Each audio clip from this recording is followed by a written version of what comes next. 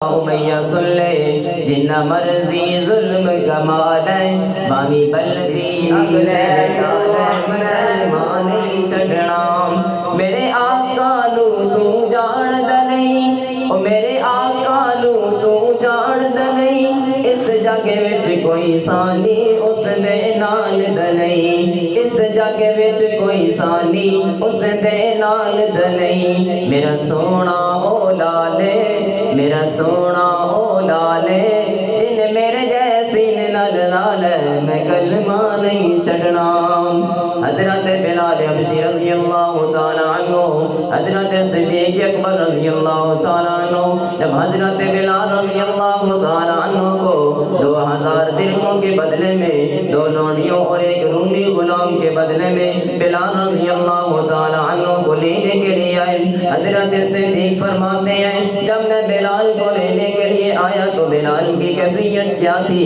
جیسے ہم رکوع کی حالت میں ہوتے ہیں اور سجدے میں جا رہے ہوتے ہیں ہمارا سر نیچے ہوتا ہے ہماری ٹانگیں سیدھی ہوتی ہیں اس امیہ ظالم نے حضرت بلال رضی اللہ تعالی عنہ کے سر کو نیچے کیا ہوا تھا ٹانگیں اوپر کی ہوئی تھی اوپر 4 وزنی چکیاں رکھی ہوئی تھی حضرت بلال رضی اللہ تعالی عنہ کے اوپر دباؤ پڑتا چکیاں ٹچ ہوتی جس میں عطر کے ساتھ لگتی میرے حضرت بلال رضی اللہ تعالی عنہ کے جسم پاک سے خون آنا شروع ہو جاتا تھا حضرت صدیق فرماتے ہیں میں اس عالم میں اس حالت میں اس کیفیت سے حضرت بلال رضی اللہ تعالی عنہ کو نکال کر لایا ہوں حضرت صدیق رضی اللہ تعالی عنہ بلال حبشی رضی اللہ تعالی عنہ کو لینے آئے ہیں تو حضرت بلال کہتے ہیں صدیق جلدی کرو میں مصطفیٰ کے پاس جانا چاہتا ہوں حضرت صدیق فرماتے ہیں اے بلال جلدی نہ کرو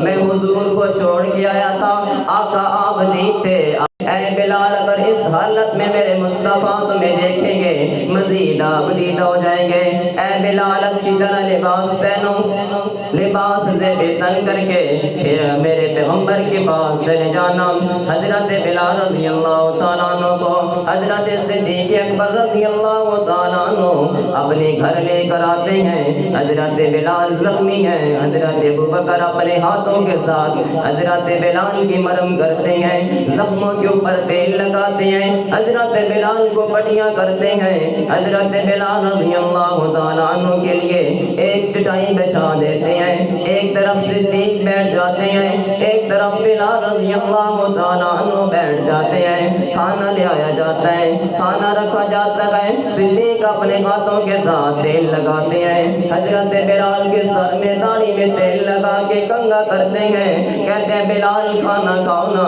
حضرت بلال کی آنکھوں میں آنسو آ جاتے ہیں صدیق کہتے ہیں بلال رو کیوں رہے گا میں نے تو تمہیں امیہ کے ظلم سے امیہ کی کیسے اذان کروا دیا ہے اے بلال اب رو کیوں رہے ہو حضرت بلال کہتے ہیں میں بچپن میں غلامی کی زندگی گزاری ہے میری جتنی زندگی گزری ہے میں نے غلامی میں زندگی گزاری ہے اے صدیق ایسی محبت میں نے زندگی میں نہیں دیکھی آج آپ کے ساتھ بیٹھ کر رہا ہوں تو سوچ رہا ہوں یہ کیفیت کیسی ہے حضرت صدیق رضی اللہ تعالیٰ عنہ کی آنکھوں میں آنسو آ جاتے ہیں حضرت بلال حبشی کا ہاتھ پکڑ کے اپنے سینے کے ساتھ لگاتے ہیں اور فرماتے ہیں اے بلال جتنا رونا ہے ادھر رو لو لیکن میرے مصطفیٰ کریم آقا مدنی سرکار صلی اللہ علیہ وسلم کے پاس جا کر مت رونا سن لو بلال صدیق پوری کائنات کے آنسو تو دیکھنا گوارا کر سکتا ہے لیکن مصطفیٰ کی آنکھوں میں آنسو آئے صدیق سے برداشت نہیں ہوتا جی بھر کے رویا صدیق نے بھی بلال نے بھی پھر حضرت صدیق رضی اللہ تعالیٰ عنہ بلال حبشی رضی اللہ تعالیٰ عنہ کو لے کر آتے ہیں مصطفیٰ کریم آقا مدنی سرکار کے دروازے پہ پہنچتے ہیں ادھر حضرت صدیق اور بلال کھڑے ہیں سامنے مصطفیٰ کریم آقا کھڑے ہیں نبی علیہ السلام حضرت بلال کے چہرے کی طرف نظر پڑتی ہے جب حضرت بلال کی طرف دیکھا بلال نے سر نیچے جھکا لیا آنکھیں نیچے جھکا لی وعدہ جو کیا تھا روں گا نہیں مصطفیٰ کے سامنے آنسو نہیں بہاؤں گا نبی علیہ السلام پھر حضرت ابوبکر صدیق رضی اللہ تعالیٰ عنہ کے چہرے کی طرف دیکھتے ہیں، کہتے ہیں اے صدیق تیرا شکریہ، اے صدیق اللہ تجھے بدلہ دے، اے صدیق تو نے بلال کو خرید کے آزاد کیا ہے، اے صدیق تیرا شکریہ، اے صدیق تیرا شکریہ، اے صدیق اللہ تجھے جزا دے۔ جب یہ الفاظ سنے تو صدیق کی آنکھوں میں آنسو آ جاتے ہیں، کہتے ہیں یا رسول اللہ میں غریب بے نوا، تم امیر شہر، تم کو جا من کو جا، آپ کہاں اور میں کہاں، آپ امام الانبیاء ہیں، نبیوں کے سردار ہیں، اے اللہ کے رسول صلی اللہ علیہ وسلم یہ شکریہ کیسا؟ پھر نبی علیہ السلام کی آنکھوں میں آنسو آ جاتے ہیں، حضرت صدیق بھی رونے لگ جاتے ہیں، بلال بھی روتے ہیں، پھر حضرت بلال کی طرف دیکھتے ہیں، نبی علیہ السلام فرماتے ہیں آ بلال یار میرے سینے کے ساتھ لگ جا۔ بلال دوڑ لگاتے ہیں، مصطفیٰ کریم آقا کے سینے کے ساتھ لگتے ہیں، حضرت بلال حبشی رضی اللہ تعالیٰ عنہ کی آنکھوں میں خوشی کے آنسو آ جاتے ہیں، ایک غمی کے آنسو ہوتے ہیں، ایک خوشی کے آنسو ہوتے ہیں۔ حضرت بلال رضی اللہ تعالیٰ عنہ بھی رو رہے ہیں، حضرت صدیق اکبر رضی اللہ تعالیٰ عنہ بھی رو رہے ہیں۔ نبی علیہ السلام آواز دیتے ہیں اے میری بیوی خدیجہ الکبریٰ رضی اللہ تعالیٰ عنہ، گھر میں کچھ کھانے کے لیے ہے تو لاؤ، بلال آیا ہے۔ اے خدیجہ الکبریٰ کچھ ہے تو لاؤ، بلال آیا ہے۔ اماں خدیجہ کہتی ہے مبارک ہو اے بلال، تم آ گیا ہے، مبارک ہو بلال آ گیا ہے، یہ وفادار بیوی ہے، یہ وفادار بیوی ہے، کہتی ہے مبارک ہو بلال آ گیا ہے۔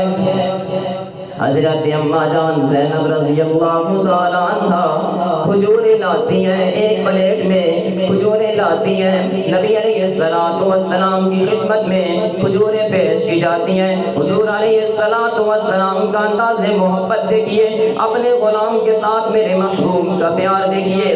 نبی علیہ السلام کھجوریں پکتے ہیں، جو سخت کھجوریں ہوتی ہیں وہ سائڈ پر رکھتے جاتے ہیں، نرم کھجوریں میرے پیغمبر پکڑتے ہیں، ان میں سے چھلکا اتار کے، نرم کھجوروں کا چھلکا اوپر سے اتار کے میرے محبوب گٹھلیاں نکال کے بغیر گٹھلیوں والی کھجوریں حضرت بلال کو دیتے ہیں، اے بلال کھجوریں کھا لو۔ واہ بلال تیرے مقدر پہ قربان جاؤں، خود نبی علیہ السلام اپنے ہاتھوں کے ساتھ تجھے کھجوریں پیش کر رہے ہیں۔ حضرت بلال رضی اللہ تعالیٰ عنہ کھجوریں کھا لیتے ہیں، پیار بھری باتیں ہوتی ہیں، پھر حضرت بلال کہتے ہیں یا رسول اللہ صلی اللہ علیہ وسلم میں محنتی انسان ہوں، جفا کش انسان ہوں، ساری زندگی محنت مزدوری کرتا رہا ہوں، اے اللہ کے رسول صلی اللہ علیہ وسلم میری ڈیوٹی کیا ہوگی؟ آپ کے پاس تو آ گیا ہوں، اب میری ڈیوٹی کیا ہے؟ میں ریسٹ نہیں کر سکتا، آرام کے ساتھ بیٹھ نہیں سکتا، یا رسول اللہ صلی اللہ علیہ وسلم میری ڈیوٹی کیا ہوگی؟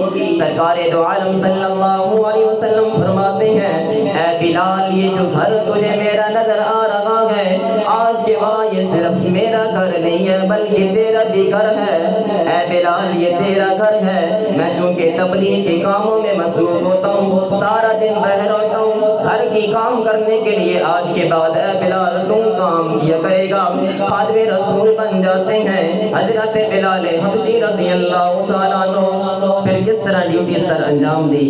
حضرت بلال رضی اللہ تعالیٰ عنہ گھر کے سارے کام کرتے ہیں، پھر باہر جاتے ہیں، ہر روزانہ اس طرح ترتیب چلی جاتی ہے، حضرت بلال حبشی رضی اللہ تعالیٰ عنہ باہر کے کام کر کے پھر گھر آتے ہیں۔ اس وقت پردے کی آیات نازل نہیں ہوئی تھی، اس وقت پردے کا حکم نہیں تھا، اس لیے حضرت بلال حبشی رضی اللہ تعالیٰ عنہ حضرت اماں خدیجہ الکبریٰ کے گھر آتے، دروازے پہ دستک دیتے، اماں جی فرماتی بلال آئے ہو، بلال بولتے بھی نہیں لیکن دستک سے پہچان ہو جاتی کہ بلال آیا ہے، جی امی جان بلال ہوں، گھر کے کام ہو گئے ہیں یا باقی ہیں؟ حضرت امی خدیجہ فرماتی اے بلال میں میں گھر کے کام کر رہی ہوں۔ بلال کا انصاف دیکھیے، حضرت بلال کہتے ہیں گنوانے شروع کر دیتے ہیں انگلیوں پہ، کیا بچوں کا دودھ آ گیا ہے؟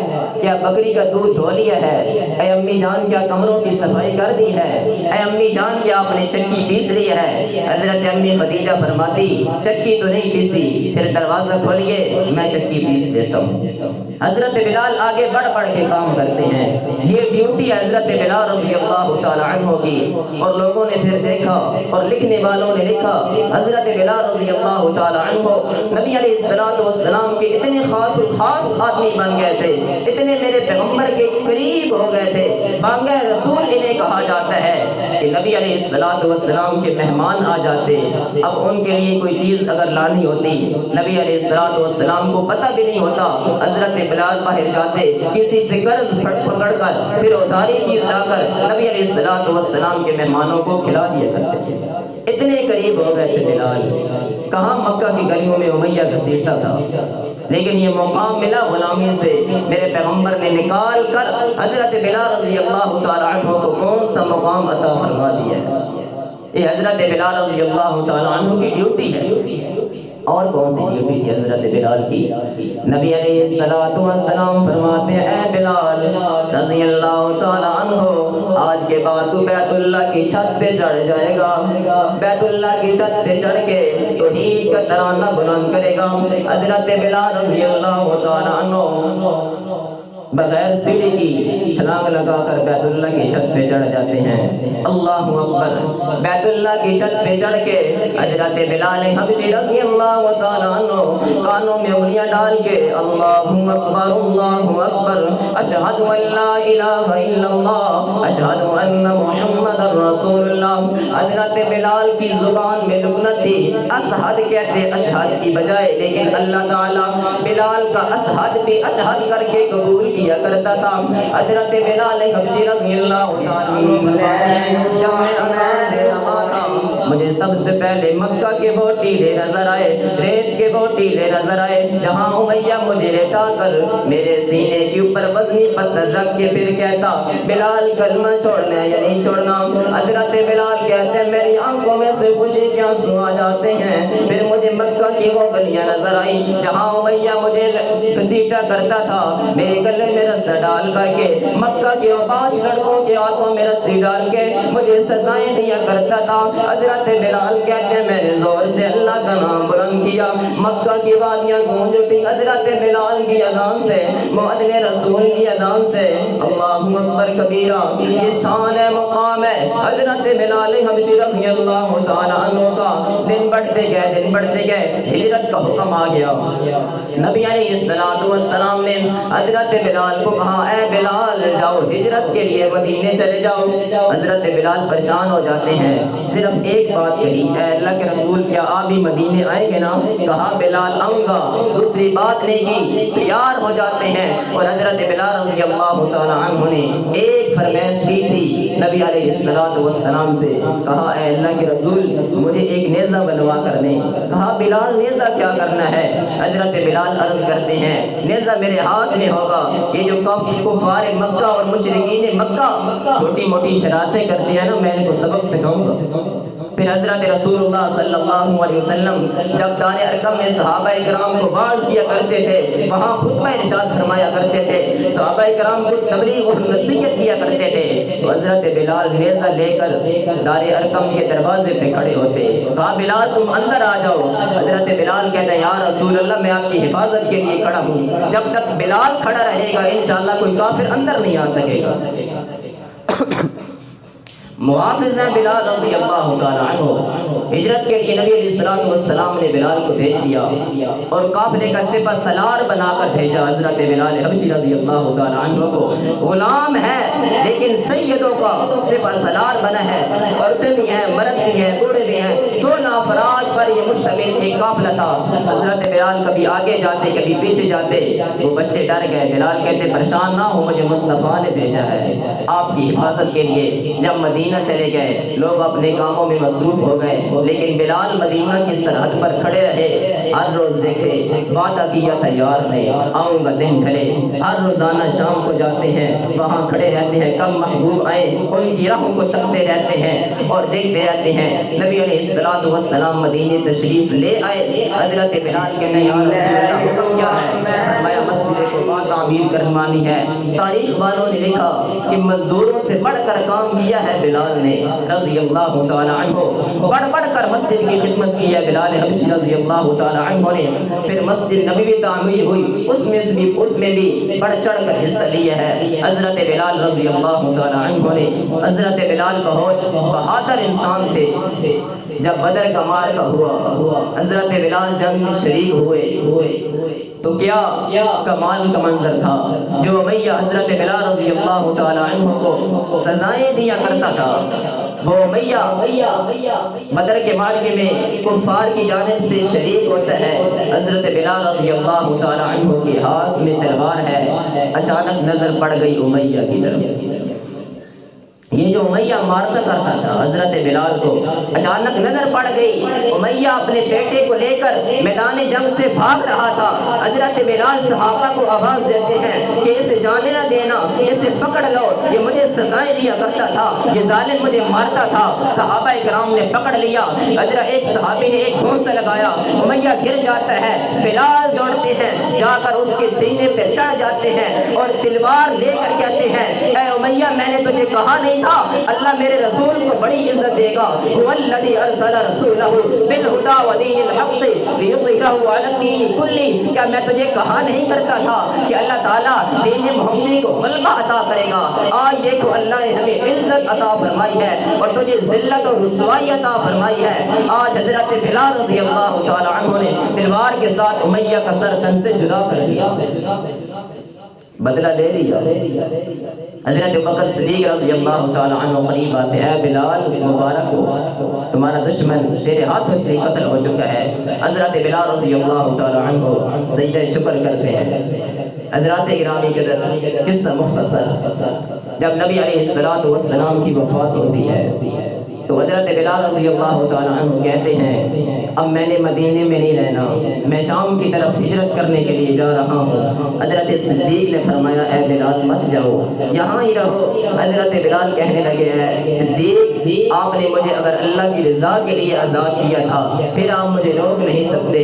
حضرت بلال رضی اللہ تعالی عنہ شام چلے جاتے ہیں تو ایک رات میں حبیب کے نام صلی اللہ علیہ وسلم حضرت بلال کی خواب میں آتے ہیں۔ صحیح حدیث ہے، حضرت بلال کو کہتے ہیں یا بلال میری وفات کے بعد تو نے تو میرے شہر کو ہی چھوڑ دیا، کبھی مدینے تو چکر لگایا کر۔ حضرت بلال رضی اللہ تعالی عنہ کی آنکھ کھلتی ہے، فوراً تیاری کرتے ہیں، اٹھنی پہ بیٹھتے ہیں، مدینے میں خبر پھیل جاتی ہے آج بانگ رسول آ رہا ہے، آج بلال آ رہا ہے، آج مؤذن رسول آ رہا ہے، جس کی آواز سے کفر لرز جایا کرتا تھا، جس کی صدا سے مکہ کی وادیاں ڈھونڈ جایا کرتی تھی، وہ بلال آ رہا ہے۔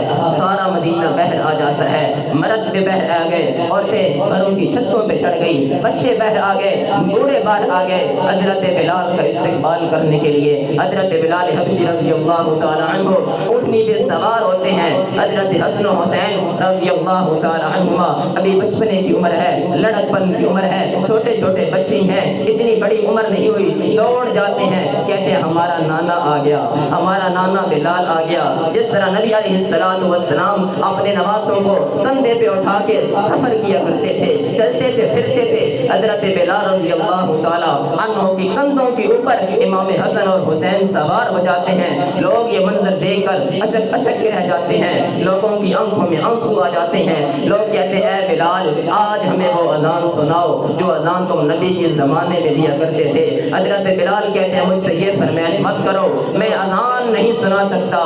وہ جاتے ہیں حضرت امام حسن اور حسین کے پاس، آپ سے ہم آپ کو سفارشی بناتے ہیں، آپ حضرت بلال کو کہیں، وہ آپ کی بات موڑیں گے نہیں، آپ کی بات مان لیں گے، آپ سے محبت کرتے ہیں۔ نماز سے آتے ہیں، کہتے ہیں بلال اذان سنانی پڑے گی۔ حضرت بلال رضی اللہ تعالیٰ عنہ کہتے ہیں اب آپ آ گئے ہیں تو میں اذان سنا ہی دیتا ہوں۔ بلال چڑھتے ہیں، وہ جو ایک اونچی سی جگہ بنی ہوئی تھی مسجد نبوی میں، حضرت بلال رضی اللہ تعالیٰ عنہ نے اذان شروع کی، اللہ اکبر تو پڑھ لیا، اشہد ان لا الہ الا اللہ بھی پڑھ لیا، لیکن جب اشہد ان محمد رسول اللہ پہ پہنچے غشی کھا کے گر جاتے ہیں اور بے ہوش ہو جاتے ہیں۔ حضرت بلال رضی اللہ تعالیٰ عنہ کی ہوش آتی ہے، لوگوں کی آنکھوں میں آنسو ہیں۔ حضرات یہ ہے حضرت بلال رضی اللہ تعالیٰ عنہ۔ پھر ان کے وصال کا وقت آتا ہے، ان کی بیوی جو ان کی بیوی تھی وہ حضرت ابو درداء رضی اللہ تعالیٰ عنہ کی لخت جگر تھی، ان کی بیٹی تھی عظیم صحابی ابو درداء، یہ ان کے داماد تھے حضرت بلال حبشی رضی اللہ تعالیٰ عنہ۔ پھر ان کا وصال ہو جاتا ہے، انا للہ و انا الیہ راجعون۔ نوجوان ہوں تو ایسے ہمیں بھی ایسی زندگی گزارنی چاہیے۔ یہ 2 جمعے میں ہم نے حضرت بلال حبشی رضی اللہ تعالیٰ عنہ کی سیرت کو مکمل پڑھ لیا اور سن لیا آپ نے، تو اس سے سبق یہی حاصل ہوتا ہے کہ اپنے اندر توحید کا جذبہ پیدا کریں، اللہ کے معاملوں میں کوئی کمپرومائز مت کریں، حدود اللہ کو کراس مت کریں، اپنی نفسانی خواہشات کے اوپر کنٹرول کریں اور صحابہ کرام کے واقعات کو بنیں۔ میرے بھائیوں، زندگی ختم ہو جانی ہے، ہمیشہ کے لیے یہ زندگی نہیں رہنی، اس لیے یہ چند سال ہیں یہ اللہ کی مرضی کے مطابق گزار لو، پھر تمہارا بھی حشر وہی ہوگا جو بلال حبشی رضی اللہ تعالیٰ عنہ کا حشر ہوا تھا۔ میں اللہ تعالیٰ سے دعا کرتا ہوں کہ اللہ تعالیٰ ہمیں بھی ایسا نوجوان بننے کی توفیق عطا فرمائے، وما توفیقی الا باللہ۔